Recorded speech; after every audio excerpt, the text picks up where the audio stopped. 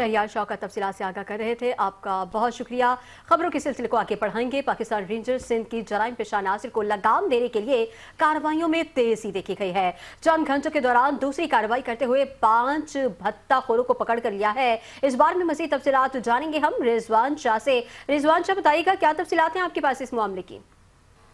جی بالکل، دیکھیں شہزادی، پاکستان رینجر سندھ نے خفیہ معلومات کی بنیاد پر کارروائی کرتے ہوئے کراچی کا علاقہ ہے سیکٹر 11E اور 11G نیو کراچی کا علاقہ ہے، بھتہ خوری اور ڈکیتی کے متعدد وارداتوں میں ملوث 5 ملزمان جن کی شناخت محمد حارث، علی معاویہ، عبداللہ سلیم، کاشان فیروز اور محمد سفیان کے نام سے ہوئی ان کو گرفتار کر لیا ہے۔ ترجمان کے مطابق جو گرفتار ملزمان ہیں ان کے قبضے سے وارداتوں میں استعمال ہونے والے 3 عدد پسٹل جو کہ بغیر لائسنس ہیں اور 6 عدد موبائل فونز اور نقدی برآمد کی ہے۔ اس حوالے سے رینجر ترجمان کا مزید کہنا ہے کہ دوران تفتیش ملزمان نے اعتراف کیا ہے کہ وہ بدنام زمانہ بھتہ خور عبدالصمد عرف فیضان۔